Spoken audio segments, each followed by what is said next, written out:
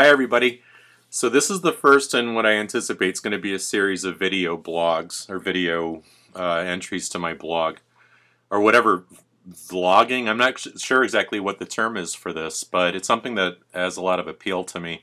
And I think part of it's because of how impactful I thought my experience at TEDxYYC was. Not just my contribution to it, but you can see how powerful video is when you consider that the talk itself I thought went really well. I was very happy with it, but it was, it was a little scattered. There were some ums and uhs and restarts and imperfections around it, and the editing really made it beautiful. I was so proud of what I did, but I was also incredibly impressed by the quality of the video editing. Now, the person who did the video editing actually uploaded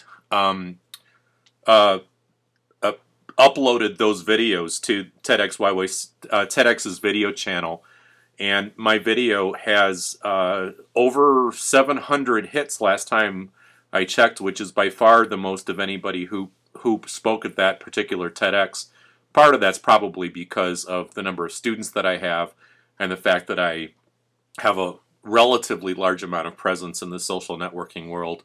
And so I can't say that it's because my presentation was best, but it did apprise for me how important it is to have video content. Now, I'm not going to be doing any editing, at least not right now. I mean, it's certainly possible that I'll include I'll try to teach myself a lot of editing tricks and have instruction videos and stuff like that. But for now, I'm just recording this on iPhoto using a video recording capability that it has that I only learned about a little while ago. And part of the problem with iPhoto is that it records everything flipped, so as if it's a mirror. So for example, this is my right hand. This is my right hand. It looks like my right hand.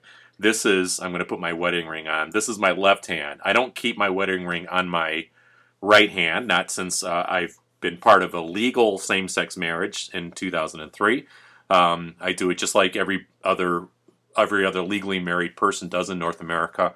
But it looks like it's on my right hand as well. The writing on my shirt looks a little weird, and that's because it's mirrored. So it goes from the right to the left, and isn't that confusing? Yes, I think it is. And so I know that I can manipulate these films in iMovie on the Mac or probably other resources, but I'm not going to do that for the time being because it's just me looking at the camera talking to you.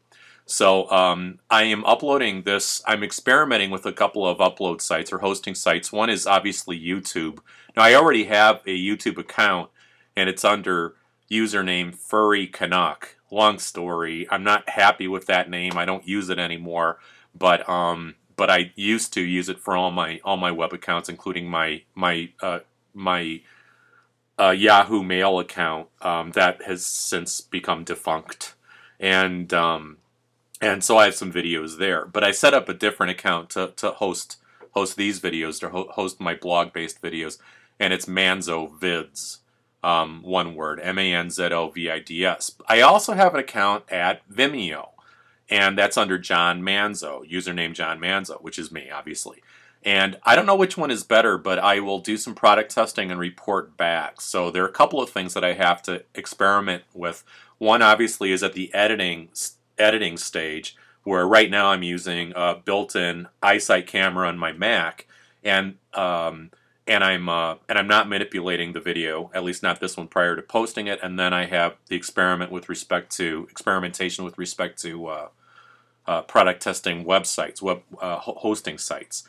I also have the option of enabling or purchasing video uploading capability to upload files from my computer to WordPress. But it turns out that costs $60 US a year. And I'd like to work around that, so we'll see whether I want to try that in the future. So that's where I am right now in terms of the I guess what you might call the technology side. What motivated me to do this was not only my experience at TEDxYYC, it's also the fact that we're doing video. When I say we, I mean right now it's myself, Brian, and our friend Trent are doing video status updates on Facebook, and we're trying to keep our videos to less than 90 seconds. This is hard for me to do, but it's neat. It's neat. But the amount of content I can upload in 90 seconds obviously isn't nearly what I would want to do for a blog post, and so I'm hoping that this gives me an outlet for more extended narratives. So that's what's going on, or that's another thing that's motivated this video aspect. So what's going on right now? I wanted to talk about two things, and they're relatively unrelated, but I'll try to make them related the way I tried to make my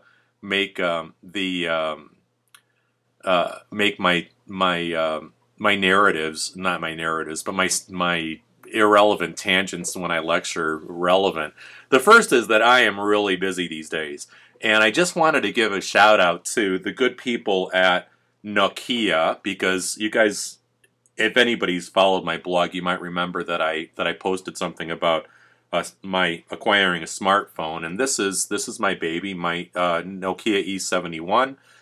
I'd love to get a new one. I mean, I've become a complete cell phone whore, at least to the extent that I understand cell phones and technology and GSM and CDMA and 3G and 3.5G and all that good stuff.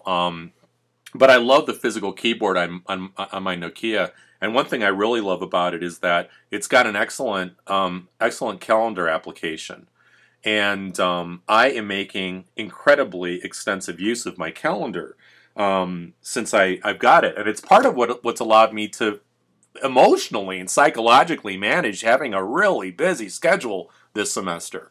I'm teaching a new course, a very an undergrad course, but one that requires a great deal of preparation and precision in lecturing and lecture planning and assignment planning and all that stuff, because it's a course on research methods.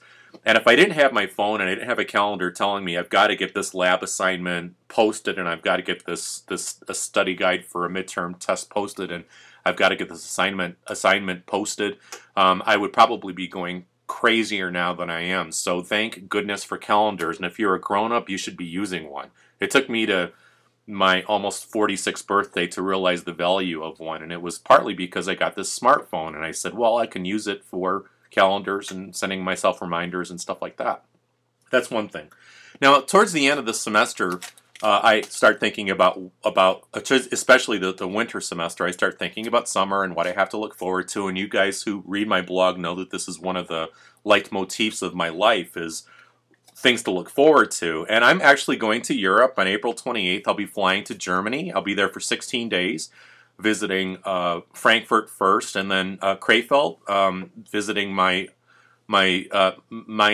ehemaligen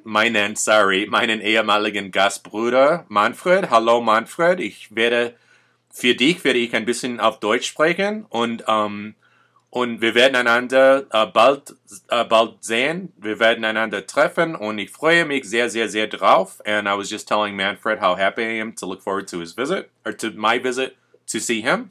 I bought some euros because the dollar's trading crazy, crazy high right now. And one thing I love about euros is the fact that we've got three denominations here. I've got 50s, I've got 10s, and I've got 100s.